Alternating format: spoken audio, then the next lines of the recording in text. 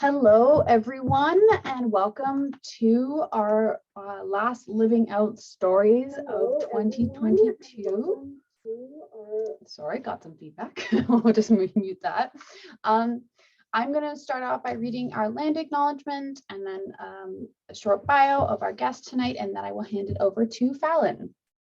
So the Niagara region of Ontario is located on the traditional shared territory of the Anishinaabe, Haudenosaunee, and Chinootan peoples.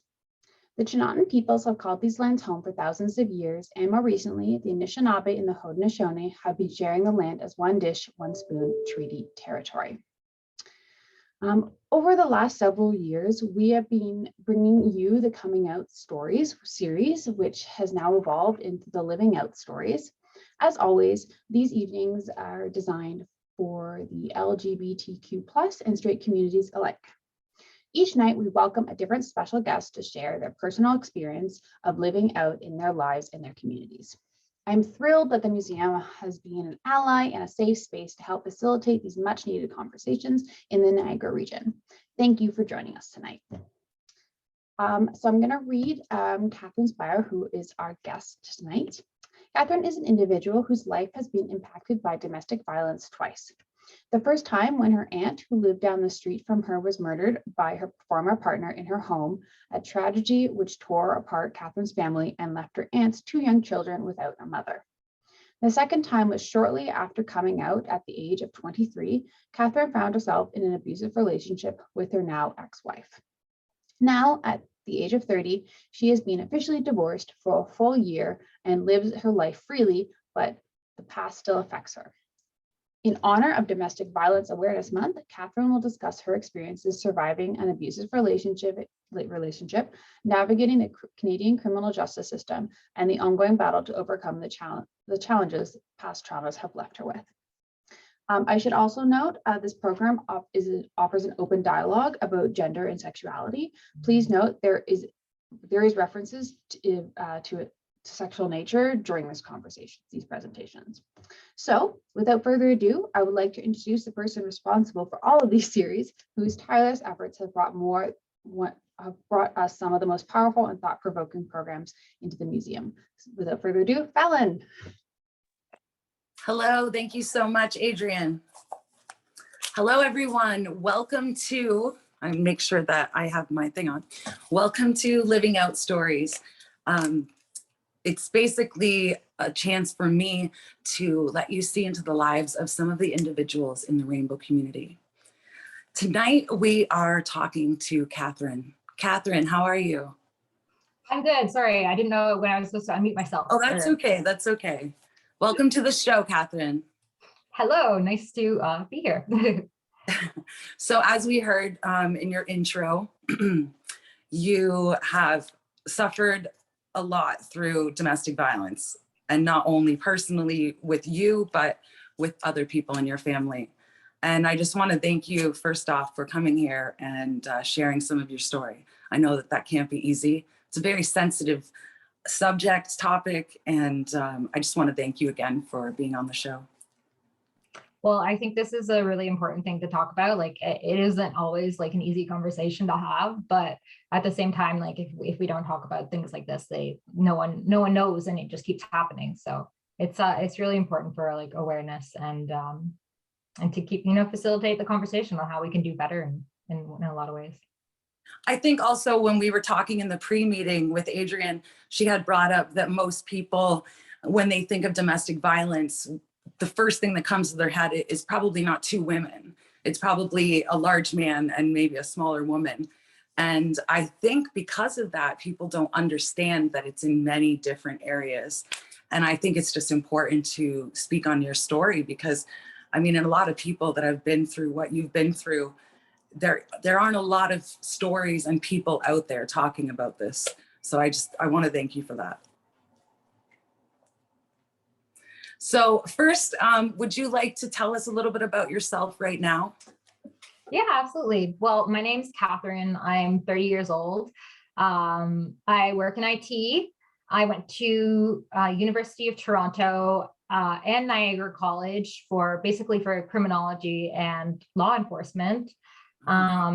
And then when I was done that, I decided I wanted to go into tech. So, which leads me to where I am now, which is 6 years into a career in that, and I'm really enjoying it. And that's where I am today. Tech, that's definitely a competitive career right now. Yes, it's a hot It's market. the career. So tell me a little bit about what you experienced. I want to first maybe touch a little bit on your aunt and what you went through. So how old were you when that happened? So I was 11 years old. Like there had been some stuff that had happened before that. Like I remember, so my aunt lived down the street from me, like basically my dad's house. And like I remember a couple times my dad having to go over there because like the police were called when my aunt was still in that relationship. But then she left it and it was great. But unfortunately, her ex has, well, he wasn't her husband, but her ex, he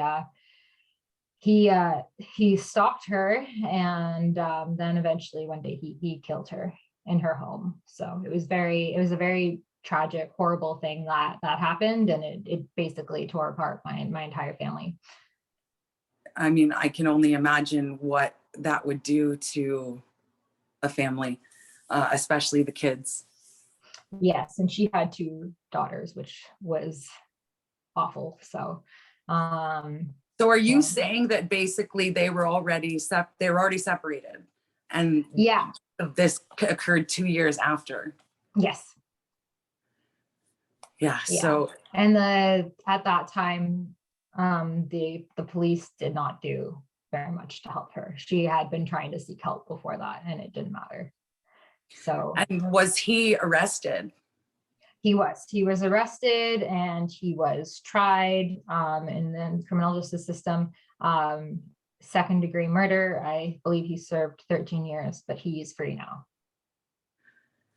Oh, that makes the hairs on the back of my neck stand up. Yeah, it's pretty awful. That is horrible. So that really rocked your family. Yes, no, definitely. Yeah, no, it was definitely like not an easy thing for anybody to go through. It was hard on everybody. And it was one of the things that I always said to myself, going forward, was that I would never, like I always used to say, and this seems kind of like arrogant to me now, I always used to say like, I'd never let anyone hit me. Like I would leave them that second. Like, and anything that even like, I thought smelled like that, I would like walk away from. But I still found myself at some point in an abusive situation. So Well, I'm sure that person didn't show you a monster in the beginning, and that's how a lot of it happens. oh yeah, no, the introduction to it is definitely slow. So it was kind of an interesting experience how it all happened. So I had just come out of the closet, basically. I was 23. Yeah. So I came out as bisexual, but I had only like dated a couple guys before, like very like naive, and like I don't think I had ever really been like really truly in love. Like I definitely like felt love for people, but I had never been like head over heels in love. So I decided to move to the city. And then basically the second woman that I went on a date with was my ex-wife. So the second woman that I met, like initially it was very, very exciting, the relationship. It was very like passionate. We did a lot of things together that were new for me. And like, I was completely like, within a couple months, I was just like so in love that I was overwhelmed because I'd never felt that way before about anybody. So this was like a whole new world for me. So obviously, like when bad things started happening, and it was very like slow. So a lot of times with like abusive relationships, like it starts really slow. So like at first it's like they start crossing boundaries, or there's kind of like a grooming tactics involved in a way. Like they start crossing your boundaries. There's a little insults here and there. Let's just kind of like testing you, seeing what they could possibly get away with, lies. That was all Push stuff. buttons, basically. Yeah, and that was all stuff I experienced at first, but also like hiding the truth, like, and then going forward, and this is another thing that's very common in abusive relationships. It's after like some sort of big event that kind of locks you down. So that could be like moving in together, or getting married or engaged, or even getting pregnant. You hear all the time that pregnant women experience abuse like more frequently, and it's true. Like, so like all those things, just to mention, I was never pregnant, but that is a statistic, right? Because they wait till they lock you down. And that was very true for me, because there was definitely like emotional abuse at first. It wasn't until after we were living together and married that the physical violence started. How long were you living, or how long were you together before you decided to move in together? It was very fast. Yeah. Was that your choice, or was that pushed from the other person? Yeah, you see, I don't even really know anymore when I think back to it, because like, I know, like, especially at the beginning, like I was very enthusiastic about the relationship. Like I was very sure about the relationship. So I'm sure like I was on board, and, being my first lesbian relationship, I'm, the U-Haul stereotype. Like I'm sure like I fit that at the time, Yeah. but I definitely didn't expect. And the last thing that I ever expected was to find myself in any sort of abusive relationship, but let alone a physically abusive relationship that started to escalate very, very quickly after we got married. So that's what my next question was going to be. Did it start after you moved in, or right after you got married? Right after we got married. Now, can you explain a little bit about that, the whole marriage? I know you had told me that you had been pretty much isolated. I don't know at this point, but so we got engaged, and that was kind of my idea, because she was here on a visa, so she wasn't going to be able to stay in the country unless something changed. So, and I was a little iffy about it, but she kind of convinced me. And then, when we were talking about getting married and like doing this for basically for the visa and for me to sponsor her, then she came up with the idea to keep the marriage a secret. So which is not something you would have. And that wasn't the first big secret that she asked me to keep from other people. Like along with that emotional abuse was already some of the isolation tactics. There was just certain people. She would just pick out a new person like every time that she did not like anymore for whatever reason. And then try and get me to stop talking to them, or stop, communicating with them as often, it was never something that like I took lightly, but like when she started convincing me to things, like I don't know. The longer I was in the relationship, the more of myself that I was losing, and the more of like my self-worth too. So like the easier it was for her to manipulate me. And then there was a ton of manipulation right from the beginning. So for example, she even told me, like, after I told her about my aunt, she told me that she had been in an abusive relationship, which was something that I found out after the fact. That was not true.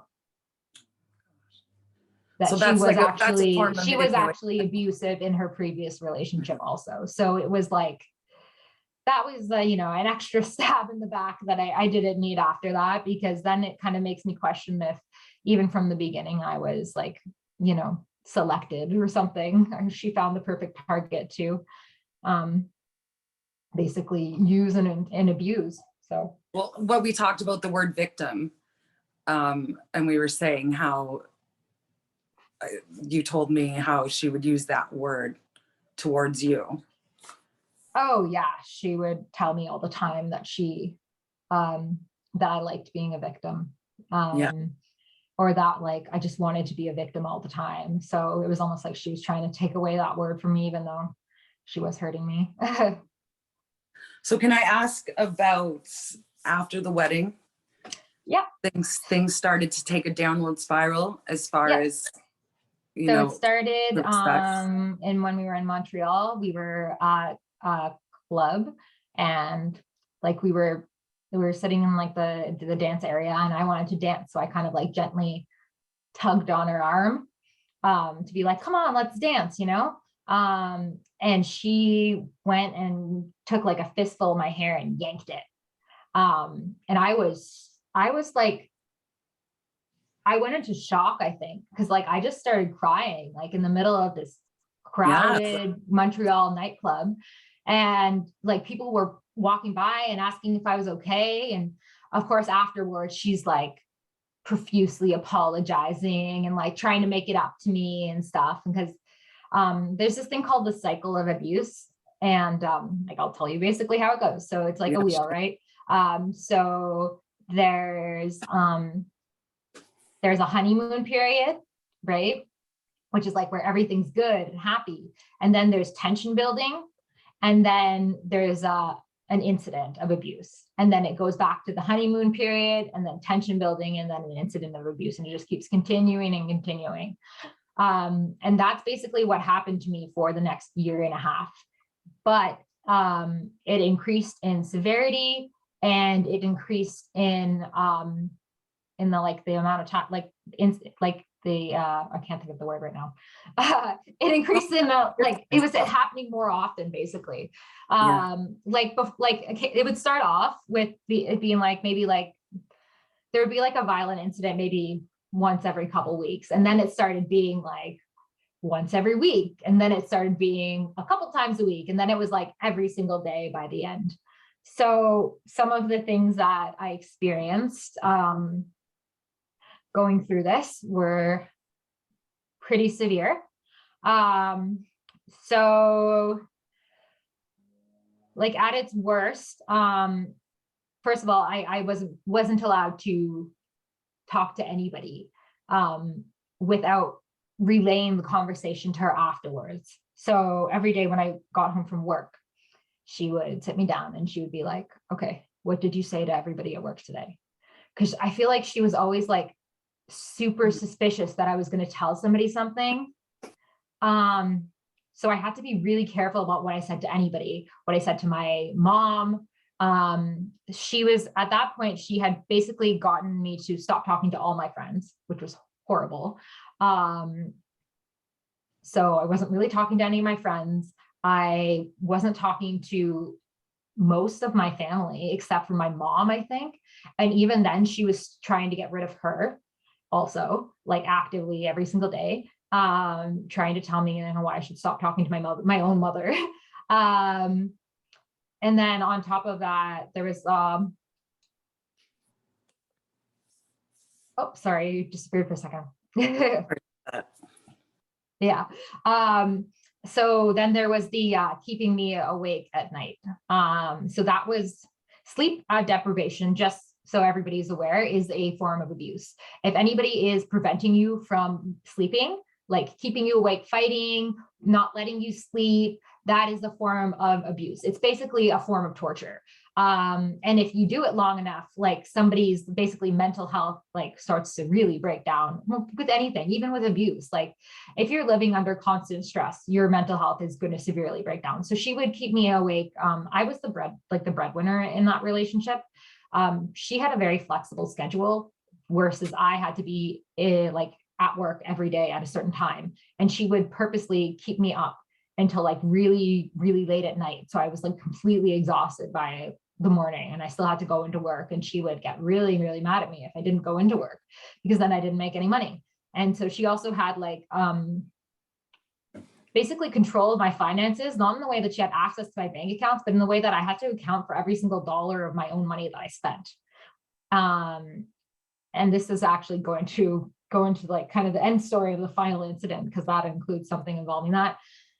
There was a lot of Then- control, right? Like that Oh was yeah, like her control major is a huge thing in abusive relationships. Like she controlled what I ate. She controlled, everything. Like I don't really think that there was anything that she didn't like. At some point, like I had to control like the way that I thought around her, because if I made a weird face, like I would get in trouble. And then there's the physical stuff, right? So it got pretty bad. Like a lot of it was like she would think that I was doing something wrong. And she would like one time I was washing some dishes, and she saw a plate and she thought that it was like dirty, and she like kicked me in the stomach. Like, she punched holes in several holes in 2 doors in our apartment. Like punched holes in the walls. She like broke part of the foundation, like a beam in our apartment. The crazy thing that I wanted to mention here is like she was a lot smaller than me. Like she was like 5'2" and like pretty petite, but like she's still very strong and very capable of doing a lot of like physical damage. And initially, like she basically, well, she didn't really ever care where she like punched me. Like I usually had bruises like all over my body. And in fact, we'll talk about this in a moment, but like when I did finally report what was happening, the police took pictures of like my bruising, and the woman was like, oh wow, those are defensive wounds, and like you've got defensive wounds of like so many different ages on your body, because like I was just like covered in bruises, and for a long time I couldn't like swim or anything. I was wearing like long sleeve shirts, and I would go into work a lot and I'd like put ice packs on my head, because she would have like, this was a big thing, and this is going to be hard to hear, but she would like punch me in the head like repeatedly. So for a while after this was over, I wasn't completely normal, and my speech was kind of weird, and my parents were like really worried about me, and I actually like went and had to get like a CT scan. Luckily everything was okay, but like they were worried that I might have like post-concussion syndrome or something from everything that I endured. So like in terms of like physical scars, she didn't leave me with anything permanent. But unfortunately, like a lot of psychological scars. So coming to like the breakdown of the relationship, basically things got really bad, like really, really bad. It was like living hell. Right after she got her permanent residence. So I sponsored her, obviously, like that cost money and stuff, but like, I loved her and I wanted to build a life with her. At the time I was seeing, I had a very different view of the person who is my ex. Like, I thought the world of her at that time, I don't anymore. Like, I really feel sorry for her actually, because I think there's something very wrong with her. But at the time I thought the world of her. So like, it was something that, I really wanted for both of us, but she got her permanent residence, and then she just like, she just got really bad. So there got to be the breakdown of the relationship, almost about 2 weeks before it actually ended. She sexually assaulted me.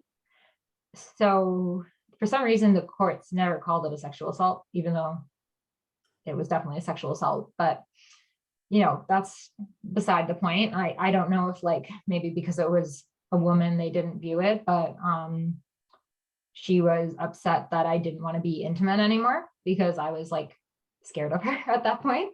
And I was sitting on the toilet and she broke into the washroom and basically like forced me to force my head to stimulate oral sex. So it was like really awful. And then she like jerked my head around a bunch of times, and then like spat in my face. So obviously, like, a really horrible thing to happen. And even though it wasn't like the most violent incident that I experienced under her hands, because there were quite a few of them, it was definitely the hardest for me. It's definitely been the hardest for me to deal with going forward.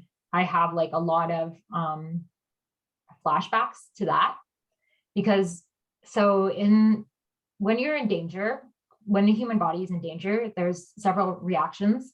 You probably heard of like fight or flight, but there's actually 3. It's fight, flight, or freeze. Actually, I think there's 4, but I can't remember what the 4th one is. But basically, I froze. So the feeling of like helplessness there is like just something you like never forget. And it's something you want to forget, but you can't, right? So moving forward after that happened to me, and it was really interesting because so my favorite podcast, because obviously like I study criminology, so I do have some interest in crime. My favorite podcast is called the Canadian True Crime Podcast, excuse me. And she was talking about sexual assault recently. And she was saying like, sometimes victims don't even realize what's happened to them after. And that was my experience. Like, I didn't even realize that I had been sexually assaulted until basically after I left her. And then I was like, wow, that was like really wrong and should never have happened. So it all kind of broke down because I bought a $11 video game with my own money. Yeah. So that made her so mad that she like trashed our house. And it culminated in me getting a video of her attacking me. And that video is the only reason why they prosecuted her. Because I don't think they would have otherwise. Like, so now they I guess saw her in action and they were able to. Okay, but this is the crazy part. The police came, but she lied to them and they made me leave the house. So even though I showed them this video, they were like, oh, she's mentally unwell. And like my dad came to rescue me. And I will never be able to repay him for that. With what happened to his sister, it must have been really, really difficult for him to have me, go through that. So he came to rescue me, and it basically like I went with him, and the video got sent to a detective, and then the detective called me the next day and they said that they were going to go arrest her. And then I had to go in and take a statement. And they took pictures of my injuries. And she was initially charged with seven counts of assault, 1 account of assault with a weapon, one account of mischief under $10,000 or $1,000. No, $10,000. Yeah. And that was for an incident where she ripped my glasses off my face and like crushed them up in her hands. There was a lot of really awful things that happened to me. Like, and even when I'm saying them sometimes, like I like can hardly believe it. Like it's a weird experience, right? When you're like thinking about what happened to you, and it's like, it seems so like out there because like, I had like bleach poured on me. I had chemicals poured on me. Like this person like absolutely did not care about me at all. But I was convinced that they were the love of my life. Like, and maybe we're like, I don't know.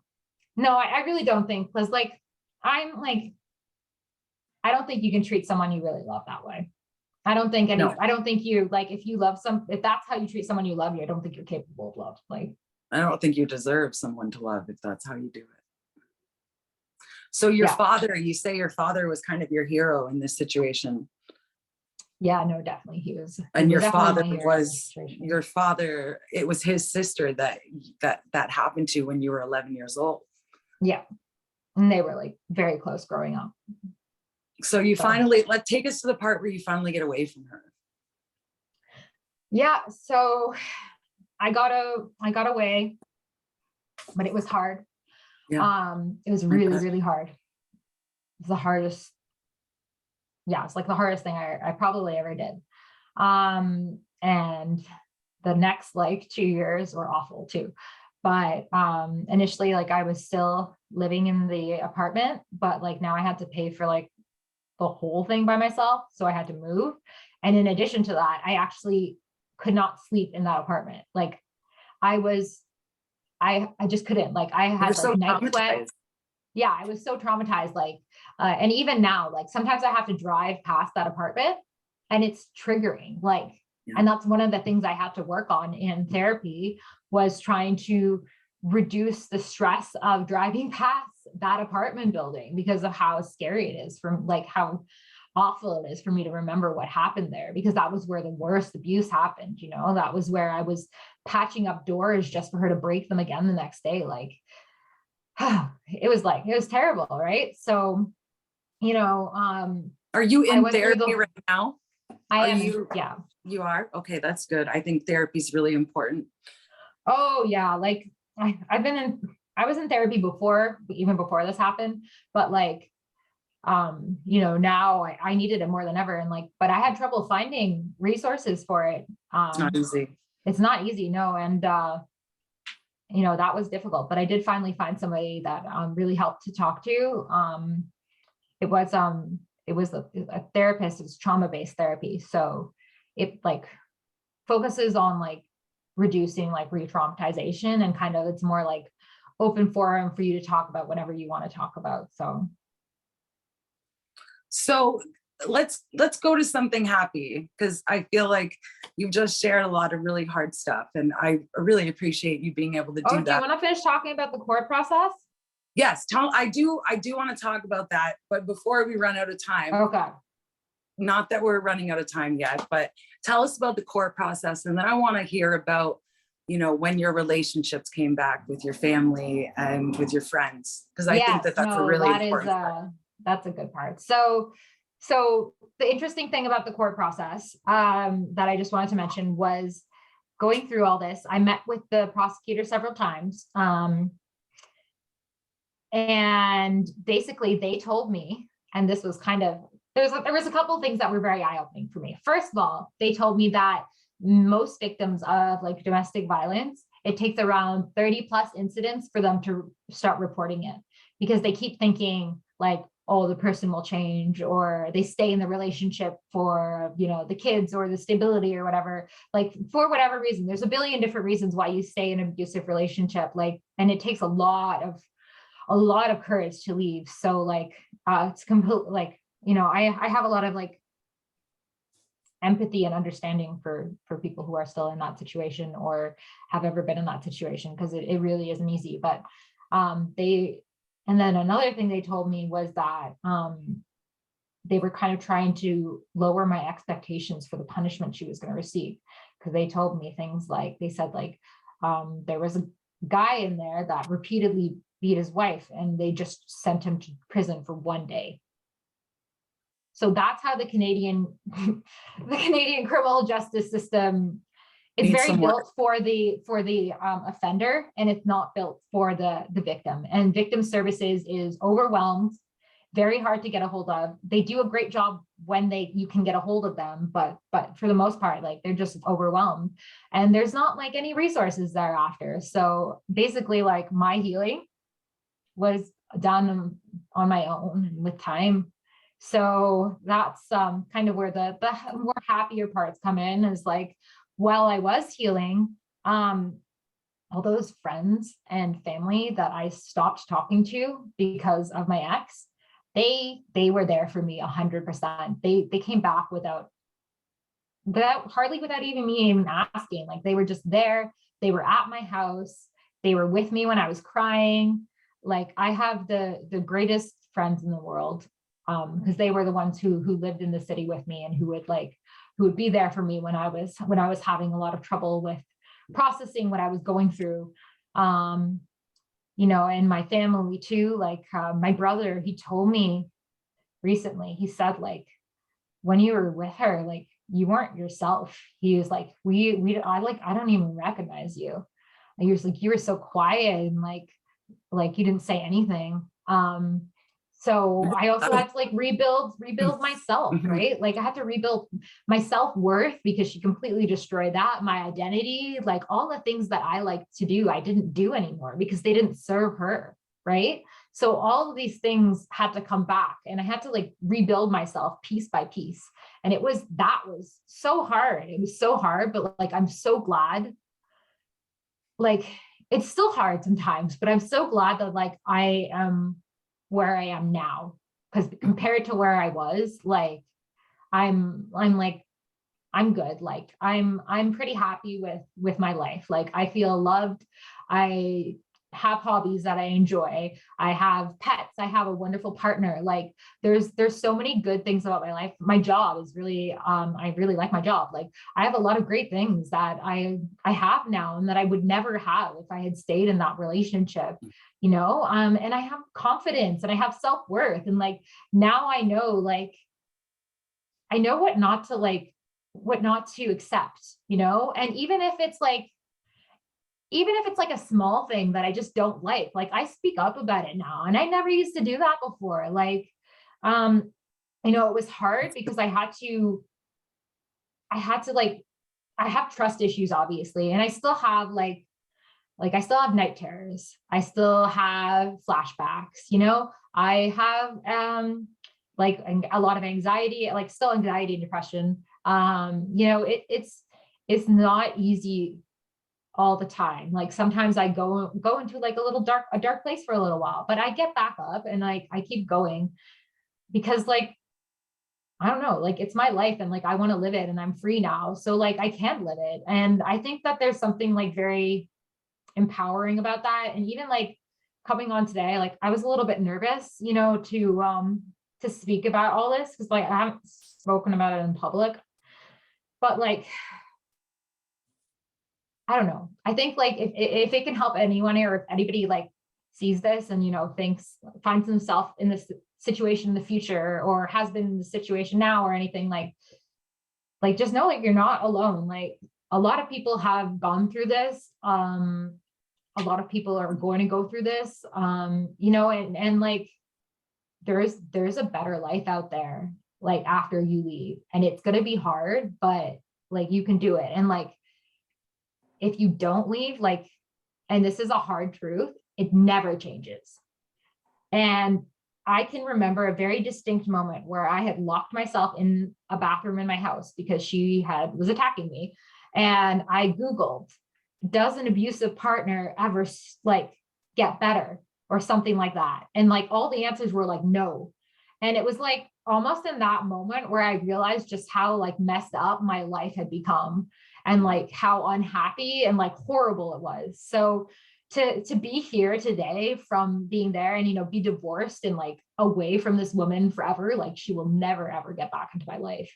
You know, I'm so happy to have gotten there. Healing isn't linear, by the way.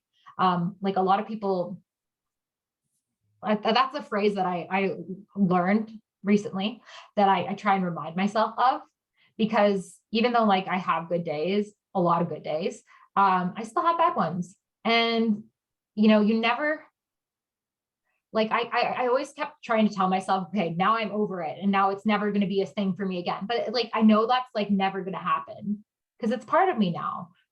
But at the same time, like I can move forward and have that part and grow around it. And that I think is really important because you grow around your pain and you grow around your trauma. And you do like, you find better coping mechanisms, you get a good therapist, like meet friends or, you know, get in touch with your friends, reconnect with your family, like all the things that made you before the abusive relationship, or find new things. Like there's like so many great things to being like free and being like in a healthy relationship that I just like, I don't take them for granted anymore because yeah, I've been on the other side of it and it's not fun. So Do you have anything you'd like to share, any special words or of encouragement or a quote or anything? I like to ask my guests something that helped them get through things. Yes, I do. So this quote is from The Wheel of Time, which is a book series, and there's also an Amazon series. And it really resonated with me when I heard it. And it's what greater revenge against violence than peace? What greater revenge against death than life? And honestly, like, because I go through periods where I get very angry, like about like what's happened to me, or like feel like it's unfair. Like when I heard that, I kind of like, it did kind of bring me like a sense of peace, because like reminding myself that the best thing that I can do to like, you know, get revenge is like just live my life the best way that I want to, and like, you know, just like Go on. keep going, right? Like, Keep going. yeah. Wow, It's I just wanted to say, like, just so far, like from what we've heard, I mean, it's a story of strength. It's a story of perseverance, and I think it's really important to make yourself visible so other people that are going through this can know that they're not alone, because it can be the most alone feeling when you're going through that, right? I'm sure. yes, no, it's and that's why the isolation is a tactic. Because if you had like a support system or somebody who knew what was happening, like they wouldn't just stand by and let it happen, right? Like No. that's why they have to isolate you. So, you know, just like recognizing like the early warning signs of like when someone's not respecting you or respecting your boundaries, you know, and then like any sort of physical violence, absolutely, it's not acceptable. Like Yeah. I Just wish don't I accept left. it. I wish I left after the club in Montreal. Like I wish I left then, because it would have saved me so much trauma and so much like horrible, you know, memories that I have now, and horrible experiences. Well, now you can share that advice to others, and when it happens, just know that it's going to happen again. Yep. And you know, I do like, sometimes I see stuff on, I frequent Reddit. So sometimes I see stuff on Reddit, and every now and then, you know, I'll see a comment of somebody, I'll see a red flag, and I'll, you know, sometimes I'll write out a little message. And I've talked with a couple people who, you know, either left abusive relationships, or, you know, given a couple people some advice on like how to stop triggers and stuff. So, and by the way, if you're looking for what that is, it's pretty easy. So there's a couple things that you can do if you have like, you know, like panic attack triggers related to PTSD. So one thing is you can think about your body and like relax it, because oftentimes when you start like getting panicky, you like tense up. So like if you take like a deep breath and just like relax your body and like move around, so you know that you're free to move and everything's okay, that can help. You can also you sometimes you hear about these like 5 things you can see, 4 things you can. I never remember what that is, and so my therapist recently told me, she said like you should just focus on like one thing, like focus on like your jacket and like look at all the fibers and stuff, or like get really like intensely to look on something. I know it sounds like silly, but it's like you're like reprogramming your brain from that panicky feeling. You're reminding yourself. And you can also, you know, like hug yourself and say like, I'm safe, like that works too. You know, there's so many different things you can try. Another thing that was really helpful for me with that, you know, driving past that building is you get yourself in a really relaxing situation, like, you know, like light a couple candles or something, like lie on your bed or like in a bath or something, and just think about that action that triggers you, like driving past that building. Think about it as, and then like, but you're relaxed and you feel nice. And then, so you're trying to like reprogram your brain. Mm-hmm. So. Well, thank you so much for sharing your story with us tonight. Thank you for the helpful things. I know you had also told me that you're going to put something on the screen with some resources. Yes. If there's So anybody. I am going to share right now there we go. You see that? So these are some local resources designed for New Tomorrow. I highly recommend Design for New Tomorrow. They have helped me so much. And they also like, they don't have kind of like a limit on how much they help you. Like they'll help you if you're out of the relationship. For like, these are the people that I found basically for therapy. They're amazing. I can't recommend them enough. And then they also have these other resources on their website that I decided to put here. And I also did use the Barbara Schleifer commemorative clinic initially after everything happened. And they were really great in terms of like safety planning. And like safety planning is kind of like after you leave an abusive relationship, often stalking is a thing you have to worry about. So that was something that they helped me with in that case, and some counseling too. So there were some really helpful things there, but I really love Design for New Tomorrow, and I can't recommend them enough. Well, thank you so much for sharing that. I'm going to give that, maybe we can give that to Adrienne, and there might be a place she can put it up for afterwards. But Yeah. I want to thank you so much, Catherine, for sharing tonight, sharing your story and talking about your healing and your recovery. And just want to thank you. And I want to thank everyone that watched tonight. I appreciate you. I appreciate each and every one of you coming out every time I have a show. So I want to say thank you to Adrienne, thank you to our guest, Catherine, and thank you to everyone. Good night. Thank you. Thank you for joining. Good night, everyone. Good night.